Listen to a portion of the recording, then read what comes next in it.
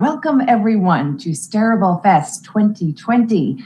Today's panel will be talking about the online comedy landscape. My name is Marianne Bayard. I will be the moderator on today's panel. I'm an actor, writer, and producer of the web series Killing It, which can be found on Amazon Prime, as well as the new series, Mares and Caps, both created with my partner, Jonathan Copeland. All of my content can be found at maresandcaps.com, as well as on YouTube, Mares and Caps. I am very excited to be here with Stareable today. I was in Stareable 2 years ago, and now I'm a moderator, and it's very exciting to be here with these guests and with all of you creators. A little bit of housekeeping, which I will read. Stareable Fest is the premier annual indie TV and web series festival in the US and the new home for digital creative talent in the TV industry. We honor the year's best content and provide a space for the next generation of creators to connect with business, industry executives, grow their network, learn new skills, and build community. Today, we are welcoming industry professionals to explore how the comedy entertainment ecosystem has rapidly evolved over the past few years, which it has. We're asking, is it economically viable to make content for an online ecosystem? And if so, how? What companies and business models are navigating this the best, as well as other questions. We'd like to thank our festival sponsors, including Dell Technologies, AMC Networks, Shutterstock, and Adorama. If this is your first event with us, just a few notes about interacting on our platform. You can click the TV icon on the left side of your screen to open the virtual screening room to watch any of the shows. You can click on anyone in the audience to start a private video chat with them. We won't be able to hear you up on stage. On the bottom toolbar, far right side, you'll see a lock icon. When it's unlocked, you're available to have video chats with other audience members. When it's locked, people cannot start chatting with you. If you haven't already, please allow your browser to enable your camera and your microphone. Click the gear icon on the top right corner and change the settings to enable your camera mic. Most importantly, we'll be taking your questions and comments later in the session, so please participate. Use the hand icon, I like these quotes, to raise your hand if you have a question and would like to come up on stage. You can come right up here with us. Or if you'd like to just submit a question on screen, click on the question mark bubble and type it into us. Now, I'd like to welcome our guests, sWooZie, Luke Kelly-Clyne, and Dave Bernath. No music? Check. Hi, how's it going? sWooZie. Thanks for having me. Luke. Hello. Dave. Wow. Okay. You guys made it. We're here. We're here. We're in the audience. We're live and in person. No, you're on the stage with me now.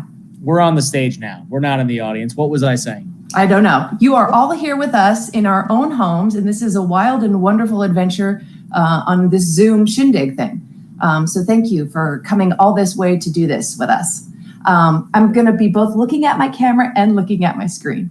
So as we all know, the world of content creation and distribution, that we even call it content, has changed dramatically over the last 15 years, and even more so within the last 3 to 5 years, incredibly. What I think is unique about this panel is that each one of you has a different path that you either got to content creation or distribution, and will have a unique perspective, I think, on what you think the future is, what you hope the future is, et cetera. So I'm excited to hear what y'all have to say about that. As a content creator, it's always what do I do? How do I get seen? There's a huge pool of creative people doing cool stuff, but I want my stuff to be seen, and how do I do that? So I'm going to pointedly ask you, Dave Bernath, how do we do that? Just kidding. Maybe we will. Okay. So, sWooZie. Yes. Hi. How's it going? It's just so awesome. Where are you? Currently in Orlando. I'm bouncing back and forth between Orlando and LA because in LA, everything is on lockdown. No movie theaters, and half the restaurants I go to are closed. Yes. So I was kind of like, Mom, I'm coming home for a few weeks. Right. So yeah, movie theaters are open in Orlando. Everything is open in Orlando. That's crazy. But to each his own. Mm-hmm. So sWooZie, for those in the audience who don't know about you, why don't you tell us a very little bit about, because you've done a bunch of stuff, who you are, what you've done, and what is YouTube for you today? How's that going for you? I actually got into this whole crazy party. I was working as a lifeguard at Hard Rock Hotel, and then I got cast for a TV show on DirecTV where it was basically Who Wants to Be a Millionaire meets video games. So they would fly me out a few times every quarter to LA, and I would compete. But then when I got back to work as a lifeguard, everybody in the whole hotel was always stopping me and asking me, what's it like being on TV? Oh my God, you're getting paid to play video games. So I was a broken record. And I'm like, I'm going to start a YouTube channel so I'm not a broken record and I can get back to work from break on time. And then it just started picking up and going crazy. So just like any other TV show, you have off season. And during the off season, everybody at my job was like, we still want videos, bro. So then I sat down and my first real video was just story times about my first kiss and then girls who have cheated on me and things like that. And things just kind of took off from there. That is what I love about your content. I have to be honest, I didn't know about you before this panel. So I'm very glad that I got to do some research and look at all the stuff that you've made. And the stories are like so fun. They're you. It's like so easy. It's like, it's very personable. I can get into it, and it's I don't know. I love that. It's just I try to keep it that way because I feel like everybody online is going out of their way to show like how perfect their life is, and I'm just like, no, that's not how life is. Life can be rough sometimes. So I figured I'm going to get on here and expose myself. And guys, we're supposed to be like macho and tough. I'm going to talk about me getting cheated on and me crying for a month. So everybody likes to feel like they're not alone when they're having rough days. So I decided to get on there and show that side of me. And so your trajectory, I mean, you're huge on YouTube now. Like, so, I mean, how did that go right away? Was that like strategic? And it was a little bit of strategy. So at first it was just me just throwing stuff out into the wind and just talking about whatever I wanted to talk about because I like to talk a lot. And everybody, it was in the MySpace days. Everybody was like, yo, help me get popping on YouTube. And the one question I would DM them back is like, why? Nobody was getting paid. Nobody was getting cast for TV shows or movies. So I'd be like, why? And nobody had a good answer as to why they wanted to be YouTube famous. But then as I started to see that you could take your career from this, it was almost a no-brainer. I'm like, okay, I'm going to keep doing YouTube to keep my craft warm, because if film is the red pin on the iPhone that I'm trying to get toward that destination, I'm going to keep this thing going. And I really sat down and studied it, because in competitive gaming, you have to study the frames and the animation when you're fighting, in these video games. So I just applied that same kind of knowledge to YouTube, and I would look at the analytics like, okay, so here's how we're going to do the next 6 months of this whole YouTube trajectory thing. So yeah, there's a lot of strategy that went into it. Very cool. I'm going to hold you there. I'm going to jump over to Luke. Hi. So at first I also didn't know about you, so I did some research. This has been a wonderful experience for me. Like, you do everything. So like, because I checked out your acting reel from 2018 and directing and writing, and then obviously Big Breakfast. So lots of stuff. Tell me a little bit about where you started and what you're doing now. Sure. Well, I started in investment banking after college, and realized quite quickly that would not be the thing for me. Investment banking and asset management. The firm was wonderful. The people were wonderful. I just wanted to be a little bit more creative. And I was a child actor when I was a kid, and I'd always loved entertainment. And I thought, you know what, now or never. I'm 22 years old. Let's see if I can, piece this together. And I started taking classes at the Upright Citizens Brigade in New York, and I started performing stand-up comedy. And little by little, and through, a circuitous kind of trajectory, I landed at College Humor as a writer-director in 2013. And from there, I gradually moved over. First, I started in branded content, and then I moved over to original content. And then I moved over to Big Breakfast, which started as the TV arm of College Humor. And then at the end of 2017, I took over the Big Breakfast brand after running a couple of our shows for a season or two. And then at the end of 2018, Big Breakfast and Electus, our parent company, got acquired by a firm named Propagate Content, which is a really big media company run by Ben Silverman and Howard Owens.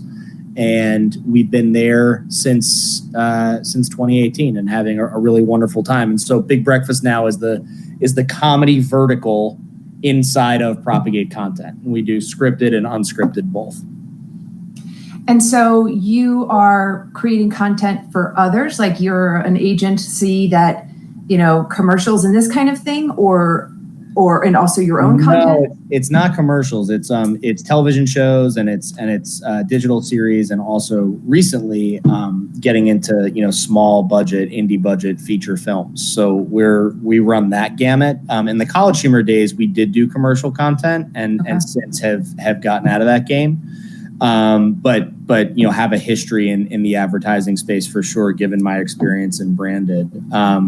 And we will, my partner, Kevin Healy, who runs the company with me, and I will, as creators, come up with our own content that we'll pitch and sell and produce for buyers. We'll also develop content from others, from other writers and creators. Yeah. Cool. Yeah. All right, I'm going to move over to Dave now and just have you, let me see where my Dave notes are. Here we go. Dave, you were VP of programming for E back in the 90s. That just blows my mind. I didn't even know that E was still on TV, but it is sort of. They're still a network. I don't know everything. But so you were there, and then you were with Comedy Central, I'm looking at you, for 17 years. So tell me a little bit about you. I'm also curious, did you ever have any inkling to perform yourself, or you're always like behind the scenes guy? Well, I got my start as a lifeguard, moonlighting as an investment banker, which is Wait a second. An incredible coincidence. I'm just amazed. Actually, I screenwriting was what I used to do. I moved out to LA in the early 90s to do some screenwriting, so never in front of the camera. And I had a partner, and we sold some stuff. We had a little bit of luck here and there, but while that was happening, my other executive career was taking off, and ultimately that's where I wound up kind of continuing. So yeah. But what was the question again? I don't know. No, that's great. How'd you get there? But I didn't know the screenwriting thing. I searched everywhere for you, and so that's cool. I didn't know that. Well, it's the classic case, right? You sell a script, you write it, and then it doesn't get made. But or that, yeah. You can't complain. But anyway, so I was at Comedy Central for a long time, through a great period. I got there in 2005, and Chappelle was shooting season 3 and about to go to Africa. And, left in 2017, after so many great new shows, some of which we can talk about today, that came out of web shorts like Broad City or Workaholics. Yeah. But Trevor was on the air by then, and it was a great run. So that's one of the questions that I have is like Broad City, and what was the other one I was thinking about? These shows so is the landscape such today that like a Broad City can come up to a network and all of a sudden get picked up and be this big, huge thing? Like, how is that happening today? I mean, today is very strange with COVID, but. Yeah, I mean, I think I could do part 1 of that, and then I think Luke could probably answer part 2. In the case of Broad City, they were UCB alums, just like him. Abby and Alana, met performing there, and spent a couple years making their web series. It was just the two of them fucking around on the sidewalk, and they got Amy Poehler to get involved in the finale of season 2, maybe, but and ultimately got noticed, in that sense. And they were actually at FX first, and they wrote a script for FX, and FX thought it was too girly, and then it came to Comedy Central. In the case of Workaholics, those guys were doing sketches, and one of our development executives was just cruising through YouTube and came across it and reached out to them. So, I think in the case of Abby and Alana, it was a little bit more, they had at least the connection to Amy, and that helped them because she was the godmother of the show, from like getting it pitched to networks.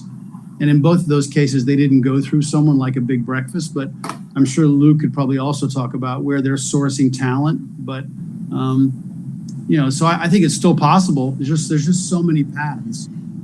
Yeah, absolutely. I think, Dave is absolutely right. We source talent from all places, right? We certainly have, Groundlings in Second City and UCB and IO West before they shut down over here, sadly. But we also source from really great agents and managers who have talent, who, are writers and creators and performers and directors who come in through our doors by way of just general meetings. And then, of course, there are those relationships that we carry with us from collaborators, of ours that we call up and we say, hey, there's an opportunity here and we think we can crack it and let's go for it. An example of that is we are working on a TV series now and just finished the digital series that led to the TV series for a pilot called Lofi, which is a Bobby Moynihan-led animated comedy at Comedy Central. And that came from actually, Bobby and I met and hit it off, and we were working on a show together that Big Breakfast produced called Unmade, which was a short form Amazon and IMDb show about each episode was a celebrity talking about a project they never got off the ground. And then we would produce that project and in sort of a drunk history format, come back and forth with the talking heads of it all. And Bobby had this idea for Lofi, who was a weed dealing manatee at the Center Park Zoo, not the Central Park Zoo, the second best zoo in New York City, the Center Park Zoo. And he pitched it at SNL for years and years and years. And then it was sort of one of those things of like, what is this? This is never going to happen. We said, okay, let's do it for Unmade. It did very well digitally. And then Bobby and I had a conversation and said, we think this could be more, right? So that's an example of how something grew out of even another digital project that then became a TV project. I think for me, the wild and wonderful part about the opportunities that there are right now is that there are so many and there is no one pathway. I was just talking with my creative partner in between this and the last panel where they had agents on. I mean, I feel like it is a little bit, maybe not the Wild West, but it's kind of like, do your stuff, put it on YouTube, pitch it where you can, try to get seen, commit to doing the work. But like, I don't know, there's not like, it's not like it used to be of, like these 3 channels make programs or whatever. There's so many paths, which can be overwhelming. And, I talk with my partner, I'm like, what do we do next? Like, but there is no direct roadmap, which is, like I said, awesome and terribly frustrating because you'll have your experience, which is incredibly valuable. And all of us creators out here, it's like, okay, so then what do I do next? And I think it's commit to the content and keep pushing ahead. And sWooZie, so YouTube, there's so many people on YouTube. Mm-hmm. Very saturated these days. Incredibly saturated. So a couple questions, I guess. I just thought, like, what's your next plan? Like, you're pretty much just YouTube as far as I know. Are there other platforms? 100%. Okay, tell me. I try to laser focus my stuff. So, kind of to jump back onto my mindset when I was literally sitting on the yard stand when I made the decision to do YouTube full time. And then I was thinking to myself, okay, well, they're paying people now. So there's a reality where I don't have to wake up and go to work and watch this water for 8 hours a day. And I could just sit home and make videos and get paid. Because at the time I had friends who were getting paid and they were calling me up like, yo, I'm making $300 a day from my bedroom doing makeup. And I was like, why am I here? So for me, again, it was, I wanted to get into film and to kind of add on to what you just said or piggyback. As far as there's no roadmap for this. And all my management and my agents, when I tell them I want to do film, they put me in the room with whoever I want to get in the room with. So I don't think I can name any names right now, the people that I've met with, but like A-list producers and A-list directors. And at the top of every meeting, I'm like, okay, so I'm going to tell them about what I want to do. And they burst in the room like, tell us about YouTube. Because they're so interested on how to conquer that digital angle of it. And you look at a lot of these big name people or even, companies and entities, they post a YouTube video and it doesn't get a lot of traction. So I can imagine how frustrating that is. I had one producer, everybody knows this guy, and I was in the room with him and he was talking. He was like, I have no idea what my audience wants to see. And I'm sitting here just like, if I went into YouTube with that mindset, I would be dead in the water. So we kind of like compared notes to be like, okay, well, I do all this with zero budget, and pretty much every YouTuber does their stuff, at first with zero budget. And these producers are like, well, I just cover the town with $50 million worth of marketing, and that's how I do things. So it's a nice little merger, because traditional people, again, the word tradition is in it. So traditional is usually uncomfortable with the change and the new. Look at taxi cabs and Ubers. Look at Blockbuster and Netflix. Digital, if you look at history, has kind of elevated in every aspect of life. And you can either go the way of Blockbuster and fight and stand your ground, or you can find a nice little merger to kind of synchronize the way you traject your things moving forward. So in light of TikTok and Patreon and like Instagram and all this other stuff, are you sticking with YouTube, or do you? Yes and no. So initially my plan was to do YouTube, get to where I can open up these opportunities, and then just take off and be the next George Lucas, Steven Spielberg, J.J. Abrams. That was the plan at first. And then I remember another one of my YouTube friends heard me say that, and they were like, that is the dumbest thing I've ever heard you say. I'm like, what do you mean? That's like what people are supposed to do. And they're like, no. When you do blow up, I had 5 million subscribers at the time. They're like, those 5 million people, you're going to want those 5 million people to go see your movie. If you just abandon them, they're going to resent that movie. And they're going to look at that movie as like, that's why he stopped doing YouTube. I hate that movie now. So when we had that power, I was kind of like, having that outside perspective of your thoughts. I was like, okay, well, you're absolutely right. I would hate my movie if I no longer got YouTube videos. So I plan on doing YouTube until the day I die, no matter where I go, whether it's TV, film, whatever that next step is, I'm going to keep doing YouTube and take my audience right along with me, because it's the right thing to do. These guys, my audience, got me to where I'm at. Yeah. So it'd be kind of messed up to just abandon them. So yeah, film is the next step. Everybody's just waiting on me to finish that script.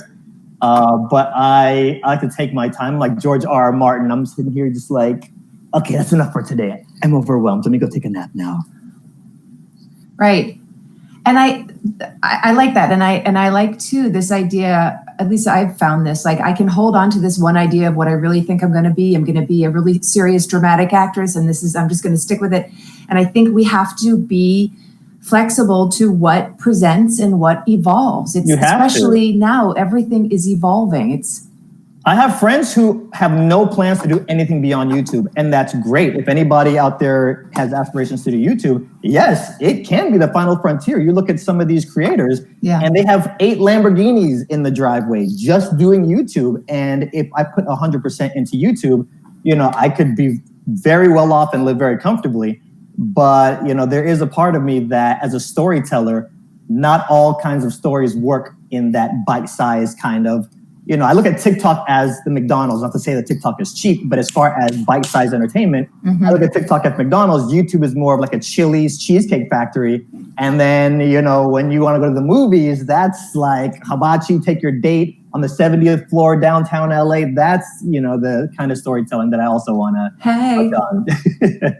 But you've put yourself in a place that you can have those opportunities as you continue to grow. And it's the new age. Before, in the 90s and early 2000s, people would move to LA and then serve and eat noodles at night as they, chase their dreams down. Now you can do YouTube and eat filet mignon as you chase your dreams, or even just stop and just have this act or the serving gig be YouTube. That sounds fancy. I'll take some of that. It pays very well. I'm not even gonna lie. 8 Lamborghinis in the driveway. Not me, but have them? not only one. Not yet. Okay, just one. All right. Let me jump over to. I had some questions here. So Dave. So you were doing a couple of different things recently. I saw on your LinkedIn some different like stand-up things or whatever, digital stuff. Talk to me about it. What are you doing these days?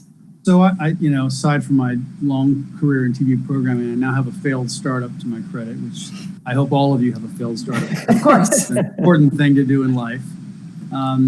But the premise of it was called Laugh Exchange.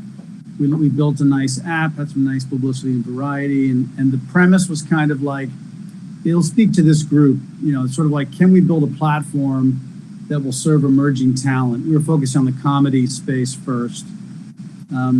Sort of native, mobile, and our sort of flagpole idea was this regular competition where people were submitting short bits under a minute around themes, and then we would curate a show. You could watch it, interact with your fingers on the phone, and laugh at the clips and vote for what you thought was funniest. And the comics would win money, and that was kind of the beginning. But the long-term goal was sort of rip a page out of what Twitch was doing, what Patreon's doing, and not try to compete for mind share. I think TikTok is amazing what it's become, but in general, I wouldn't advise anybody building a platform to try to compete for people's time on a daily basis between YouTube, Instagram, and their email, but still to be a place where comics could kind of create a sort of hub of their true fans, interact with them. Again, things that you see on places like Cameo, on places like Twitch, and create a marketplace for emerging talent to connect to their small fan bases. That was the idea. We got started, but we just weren't able to get more money to keep it going. But I learned a lot in the process, so it was good. And so what are you sort of working on now? I'm spending a lot of my time working in this emerging free over the internet TV space. When you think of things like Peacock and Pluto, Zumo, IMDb TV, the Roku channel, essentially a replacement for cable has emerged that's free, right? And so I'm working with a bunch of different companies on channel concepts and stuff like that. So kind of doing a little bit of programming, but for the new platforms. Cool. Luke. Hold on a second. Let me scroll through my questions that I have for you. Hold on a second. So wait, tell me a little bit about College Humor. They shut down their free service and then they focused on Dropout. Talk to me, is that part of what you do too, Big Breakfast, or are you not associated with No, it's not. Okay. So we split with them at the end of 2018, very amicably. They just, were doing their business under the IAC umbrella. Interactive Corporation was our former parent company, and then Propagate Content came in and purchased us as well as Electus. So we moved over to that brand. They're doing great stuff. We are focusing more on traditional television, though. They are very much in the subscription service SVOD model. Yeah. So when you say television, so do you mean actually like for networks, or this just means like content? No, correct. Television for networks. So our big kind of break show was Adam Ruins Everything on True TV. We then did a show called Hot Date for Pop TV that later had a second window on Netflix. We have a show called Prank Encounters also on Netflix right now that is hosted by Gaten Matarazzo from Stranger Things. It's a wonderful show that my partner Kevin created. We have a show coming out early next year, also on True, called Double Cross with Blake Griffin, which was announced a couple weeks ago. It's a very fun sort of prank variety series. Show with CBS All Access called Remote that was created by us and Paul Lieberstein, plays Toby on The Office. And that's sort of like the work from home comedy inspired by this COVID moment for sure. Mm-hmm. And that's, again, CBS All Access. We have Lofi for Comedy Central. So we are primarily a TV business now. So you're incredibly busy. That's a lot of fun, cool stuff going on. We are. We're lucky to be busy. Yeah, and we're continuing to churn. So I'll ask you, so what is the future of online comedy? There's certainly a future. I think, listen, nobody can say with any degree of certainty whether or not we're going to go back to the days of you put a short up on YouTube and it gets discovered by, a rainmaker like Amy Poehler, who can then take it and sell it at a big network. Like that model of you just make a web series and you get a TV deal, that's not happening anymore. It becomes very much about what that series is, right? And what the auspices are, who the talent is, who's involved. Celebrity carries more weight and cachet than ever before as we compete for eyeballs, right? There's so much to watch that it helps to have somebody recognizable in your piece of content. But still, and we maintain this, if it's good, and if you seed it on Vimeo and on YouTube, and you do your pushes on Facebook and maybe pay for a little bit of marketing, and it will get seen. Now, whether it's going to be explosively viral or not, nobody can say. And usually the answer is no, it's not going to be. But you're not making content to be viral, right? You're making content to build your resume and your skill set, and to be able to show it to industry professionals when we say, cool, what have you done? You're a writer, show me what you've written. You're a director, show me what you've directed. That's really why you do this. So that when you're applying for jobs that can get a wider audience, you have this catalog of work that you've put together. I want to chime in just briefly there. I think one aspect that, and Luke, you could probably speak this a little bit as well, that I think is true that has changed, which is that the idea of sort of comedy digital short form destination, has not panned out so well. So there was a time, back in the day, 5-6 years ago, whether it was Funny or Die, College Humor, which, all these sort of the Onion has struggled, so the idea of like genre-based destinations for comedy that are short form that can work as business models, that has not worked so far. So in that sense, I think that's definitely been a bummer, I would say, when Drunk History or, when the guys were doing Workaholics, they were part of a group called Mail Order Comedy. Comedy Central had Motherload back in the day. You had Funny or Die. You had College Humor. You had, people trying to build digital hubs for short form, and there was a moment there. That's kind of gone away. Those business models didn't work. So you're now on YouTube or other platforms where every category is there, right? From cooking, makeup, skateboard tricks, you name it. So I still think, you just got to make stuff. And like Luke said, like we had Lorne Michaels come in one time, and he's like, it was always pages and pages of writing, and now it's videos. People haven't made stuff. And so Luke's right. You have to point to what you've created, and just as you've created a lot of stuff with your partner. But the one thing that has changed is that there, at least at the moment, you don't find these branded destinations for short form. So at the platform level, that business model hasn't worked out so well. And to Luke's point, also the power of celebrity and kind of the 80-20 rule or the 90-10 rule about the top people and how important they are is now almost more true than ever in some ways. You look at Quibi, for example, just to ramble about them for a second. I talked a lot. I don't know if you probably were in pitching them, Luke, but like they wanted big names so incredibly, and the irony that someone that's trying to launch a Gen Z mobile first platform for content only wants big names was kind of like ass backwards. I get it, because they were trying to become an instant Netflix, and we could probably have a whole panel on how misguided and mistaken a lot of their ideas were. But that's here's Quibi, right? But they really just wanted big names. So yeah, that's great. I mean, on the Quibi front, to speak to that for a moment, we have been lucky to count them as partners and have had a lot of success with them, with our ship of Dishmantled, with Titus Burgess hosts, and we have a lot of other business with them across the field. Yeah, it's tough. I mean, there's no better way at this moment, or I should say, unfortunately or fortunately, depending on the product. There's no really foolproof way to gain eyeballs, full stop. Celebrity is our best bet at doing that, right? And yet I think it comes back to like why we're here. It's like all of us at this thing today, the folks in the audience, myself included, and you guys too, maybe, like, I'm committed to content. I'm committed to making storytelling. And so I think exactly, I don't know which one of you said it, but about like, just make it, just make it, just make it. And I think, for myself, like, I've been sort of chasing this for a long time. And I thought, well, I'm going to have instant success when I moved to New York, 15 years ago, and it didn't happen. And it's like, just keep going, just keep going. And And maybe I'll never get to whatever the destination is, like I was saying before, but it's like I'll have a whole lot of experience of like lifetime. I guess that's the thing of coming out of these panels sometimes. It's like, well, what the fuck am I supposed to do? Like I said at the beginning.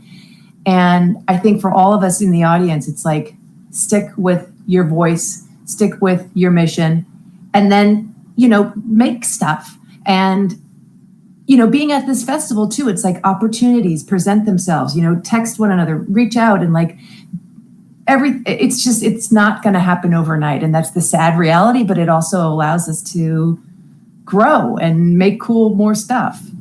I think to Luke's point too, is just with the eyeballs everybody's fighting for eyeballs now. Mm-hmm. And I think even with anybody in the audience or anybody who's trying to make it pop, the secret sauce that I found is making something that you haven't seen 100 times before. Even to, your point earlier, how do you get people to watch your stuff? You can move out to LA, you can move out to New York. We're at a point to where digital is, as long as I have Wi-Fi, I can do this from Mars.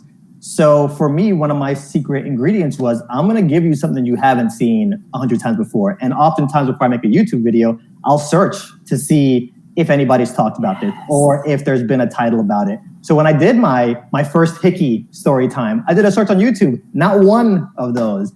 When I did a lot of my videos that I've typed up, Confessions of a Disney Employee, when I typed that up, there was like 4 YouTube videos about Disney, and it was just people filming their vacations, no Disney stories. So I made that, and it went crazy, like 500,000 views in a day. Back then, it was a lot. It still is a lot. But now you type Disney in YouTube, and it's just brrr. Mm-hmm. So even when it comes to, what these guys were saying too, TV, film, you look at Game of Thrones. Back when Game of Thrones aired, I mean, how many of us hated medieval? A lot of us did. Right. But because everybody it was good. At the end of the day, it was good. And it was something we hadn't seen 100 times before. Let's be honest. Okay. Sure. Oh, yeah. Okay. Well, I'm so glad you said that. Up until season 6. No spoilers, but up until season 6, when, the other writers took over. Yeah, it was something we hadn't seen before. Yeah. And it got everybody talking. And you can go, like what that producer was saying, and cover the town with billboards and bus stops for $50 million. Or you can get one of your friends to pitch a show to you. And when you find a show that you really like, you can't shut up about it. And you're telling your friends, and you're doing the marketing for it. So that's kind of the angle I took.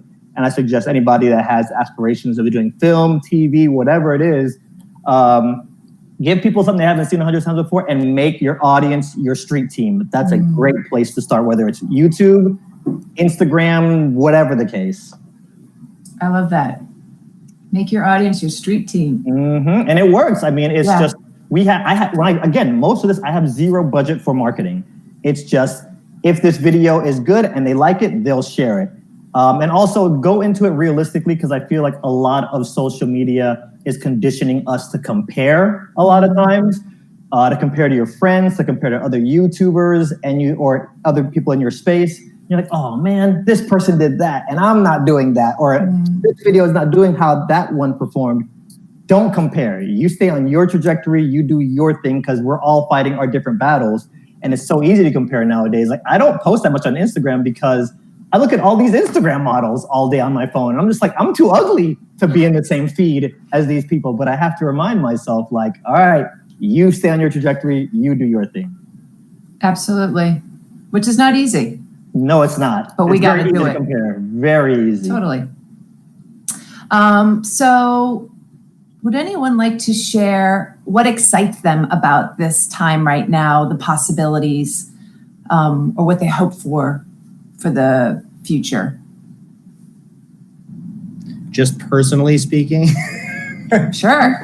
In my own, like love life wise? Okay, let's dig in. Yes, bring it on. Let's dig in. What are you looking for? So no, in terms of what's exciting, I think, the TV marketplace continues to boom. Absolutely, the golden age of television persists. I think something that is maybe a less often tapped space that we're really excited about tapping, in addition to TV, is the indie comedy market, right? And figuring out how we can be building little movies that are very funny, for the masses, whether that be straight to VOD model or theatrical or streamer, and figuring out how do we utilize our digital and TV production skills to break into right now what is kind of an underserved comedic feature market. It's just tough to make comedy movies with all of the superhero action that goes on. Luke, what would you be looking to spend? I love that idea. What would you be looking to spend on, like $1 million a feature, or? Are you asking me for a check, Dave? But I think. No, I know. I'm kidding with you. I think you're right about that underserved. Well, basically, you want to do what Sandler's doing for Netflix, only at a fraction of the cost, right? It would be nice, yeah. And I think it's that probably $1 million certainly, but I think that $3 million number is really what I think of when I think of low budget. Just to produce something that's quality enough and going to have staying power. But so that's an area we're excited about. And then we continue to be really excited about adult animation. I think in COVID times specifically, our environment, whether movie theaters are open in Orlando or not, and I'm glad that they are. I wish I was going to one of them. COVID probably ain't going away anytime soon. And I think the next year at least will be affected by it from a production point of view. Yeah. Production is certainly possible under these conditions, but it's much more difficult. It's much more expensive. It's much more time consuming. So animation provides an option for, creation that's possible. So Luke, are you saying that I can send you my pitch for my... You can always send me your pitch as long as it's very good. Oh, I like that. It's amazing. Okay. All right. Look forward to it. Great. All right. I'm going to see if Sarah has any people in the audience who have any questions for y'alls. If we don't, I had a question for sWooZie, actually. What's up? Oh, please. So first a question that you can just say yes or no, and then I was curious. So it seems like, and I think you kind of alluded to this, in the YouTube space in particular, having a consistent focus on what you're creating, format, a genre, a space that you really commit to is key to a lot of successful YouTubers. Would you agree with that statement? Yes, I didn't like to seem like a one-trick pony. So whenever I had a video get 1 million views in a day, my instant reflex was like, I'm going to do something completely different next time. And that usually didn't pan out. But I like to here's the great thing about YouTube. There are no rules. With Walking Dead, you have to show a zombie or you have to show some human conflict this week and next week and the week after. I can't show a zombie this week and then a kangaroo next week. So there's rules to TV. With YouTube, I say you can set your variety, but you have to set it early. So when people get there, they know what to expect. You can't just be here and then here. You can be, but it's helpful to set your genre so people know what to expect when they come back next week. So now when I make a video and it gets 1 million in a day, I know my next week's video or my next video has to kind of be rhyming or echoing of that first one they came here for. So it is helpful because otherwise when you're all over the place, it does confuse some audience members. Yeah, so I guess it was 2 questions. Do you agree with that? Which sounds like generally you do.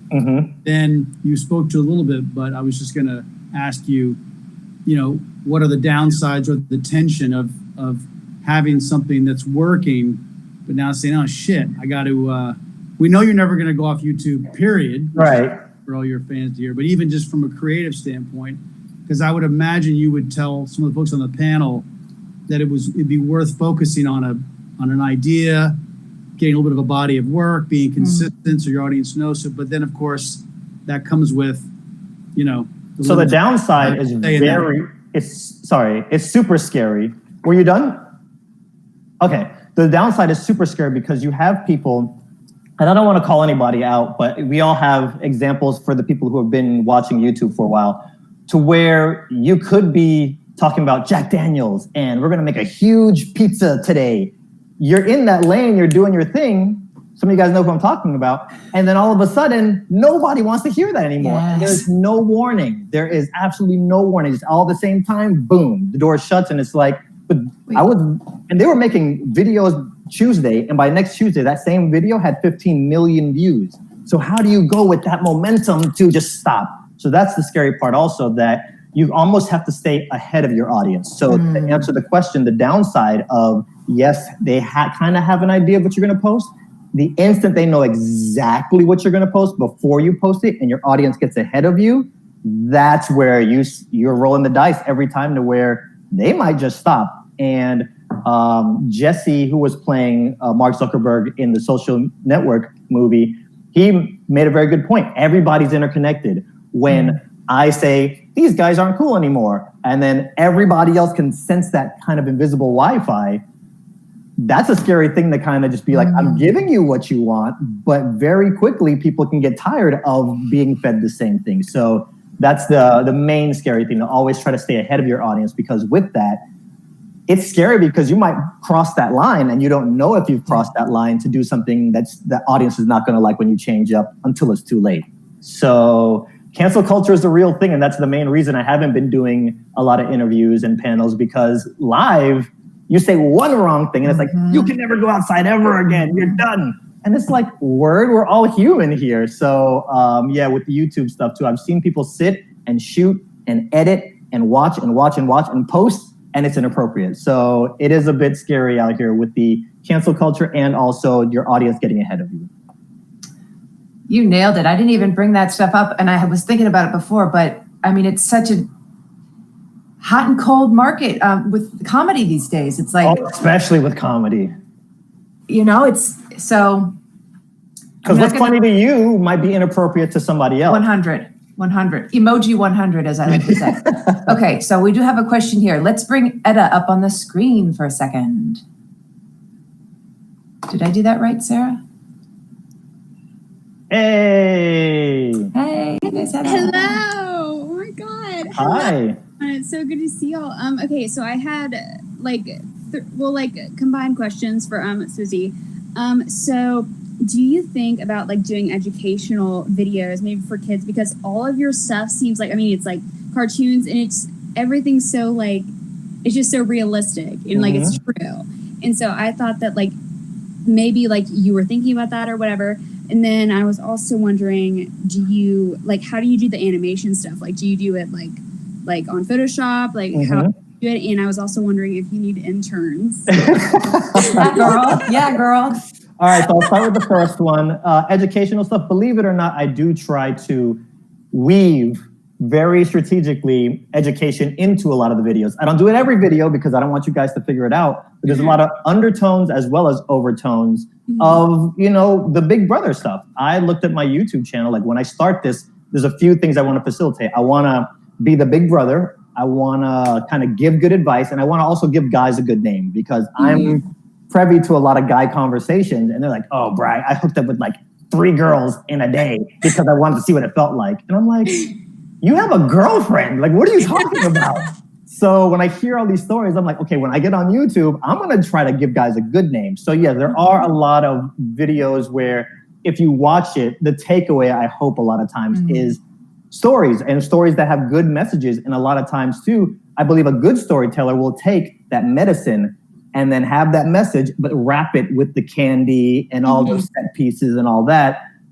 So when I do it, a lot of times, I try to have educational value, but not in a sense to where it's going to be like obvious and in your face. And I think that's why a lot of teachers have gravitated to showing my videos in the classroom, because they see the good messages in there. Like cheating in middle school, I talk about cheating, but there's a lot of good messages in there.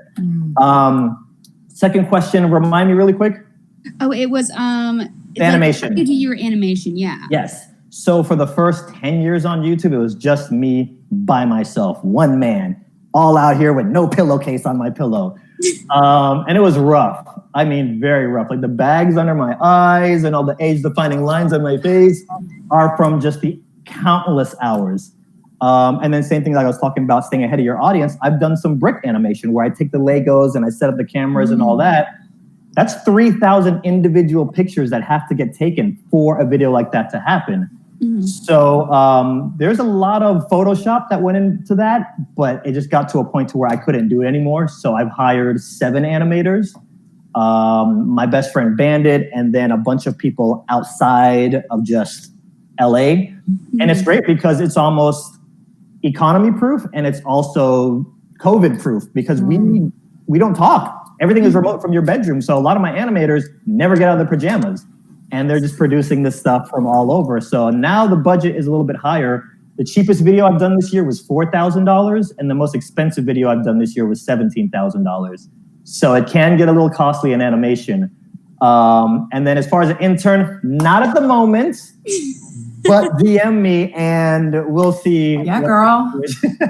VM you? We just said DM. Oh, DM you. Like on Instagram? Okay. On Instagram. I'll be checking my Instagram right after this. So if you catch it, is Edda your name on Instagram also? Yeah, you okay. said it exactly right. No one ever gets my name right. Nailed it. So any of you guys, if you want to be seen, DM me right after. Damn. I think it's manageable right now for what we can handle here. So yes. Wow. Great. Thank you so much. Thanks for your questions. Great questions. That's fun. It's honestly, YouTube was one of the best decisions I ever made in my life. And again, it's something there for everybody, whether it's the film trying to come in or whatever your hobby may be, whatever your passion may be. It's very frustrating at first, but I mean, I love to communicate. I think any artist, we're always looking for an audience. And I have people who DM me from Russia, like, I don't know English, but I'm learning English watching your videos. No other questions. Sarah just texted me, no other questions. You know you're going to get shit for that accent now. Like it's going to... I'm canceled. I would have done the same thing though. Hey, that's a very good Russian accent. Right? Thank you. Keep the convo going. Here we go. So this is really exciting. I don't have any... Does anybody have anything else they want to say? This is so lovely to all be together. I'm just glad that we're at a point to where we can all still make money from this. I know the first generation NFL players, like they're probably looking at these contracts now, the $100 million that these rookies are getting, like, but I'm happy that literally everybody has the opportunity to kind of get into the pool and play no matter how saturated it is. There's something here for everybody. And I mean, I started in my bedroom with a camera and I don't need to get on here and name drop, but I've done some pretty crazy stuff. And even to myself, I sit back like, how? Is this really happening right now? Yeah.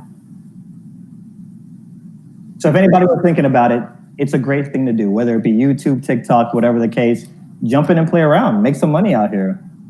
Yeah. Have some fun. Agreed. And I would say before we sign off too, that there was very, very good advice given to me early in my career. Well, actually two pieces of very good advice. One was from Dave. We were talking about him before we got on the chat here. I sound like I'm 85 years old. The chat here, the panel, and it was Sam Reich, who was the former head of College Humor, and he had two rules, right, for all of his employees, and he was an ex-boss of mine.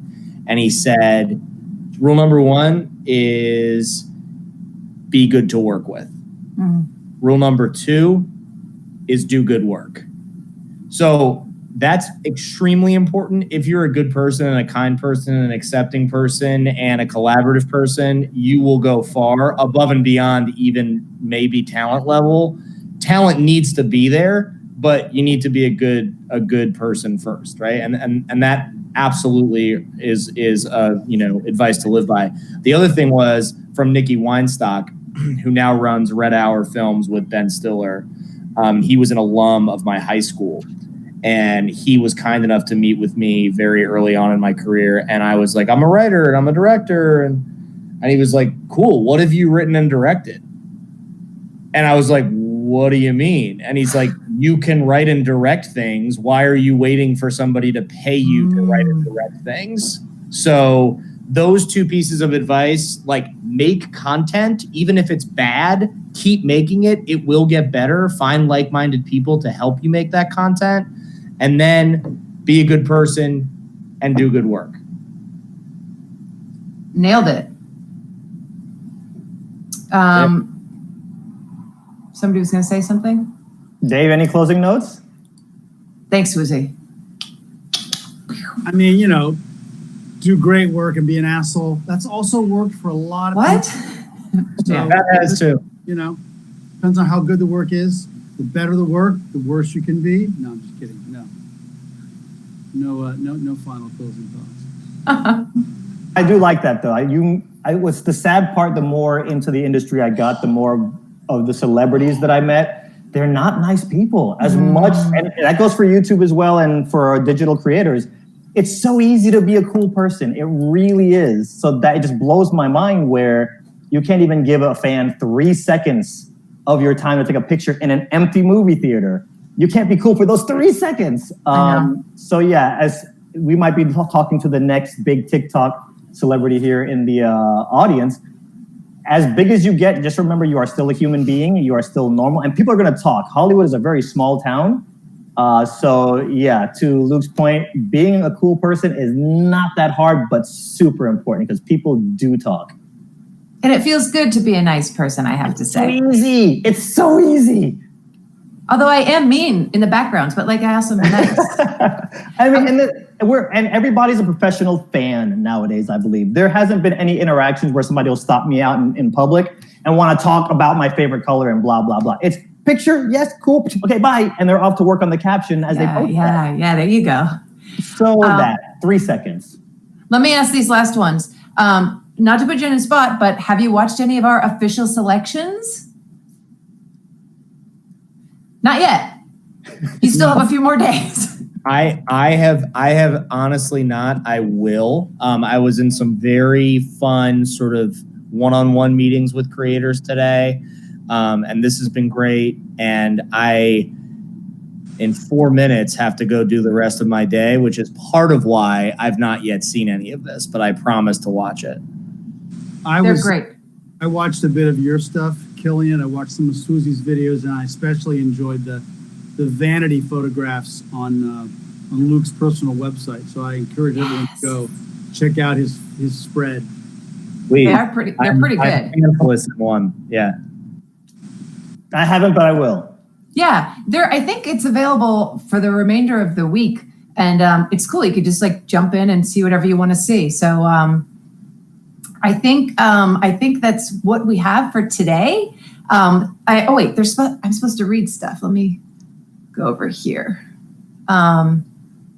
Great. Well, it's about time to wrap it up. Thank you, sWooZie. Oh, let me do this. Thank you, sWooZie, Dave Bernath, Luke Kelly-Clyne for joining us today and sharing these experiences and insights. Thank you to the audience for participating. We love seeing you here. Thank you for joining us and being part of this impressive community of creators, which it is rather impressive.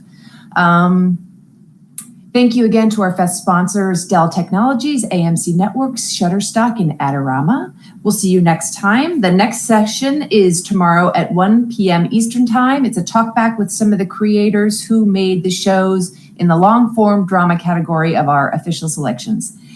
Thank you everyone for coming out to play today, and have a great rest of your night. Thanks so much. Thanks for hanging, guys. Bye. Thanks guys, bye y'alls.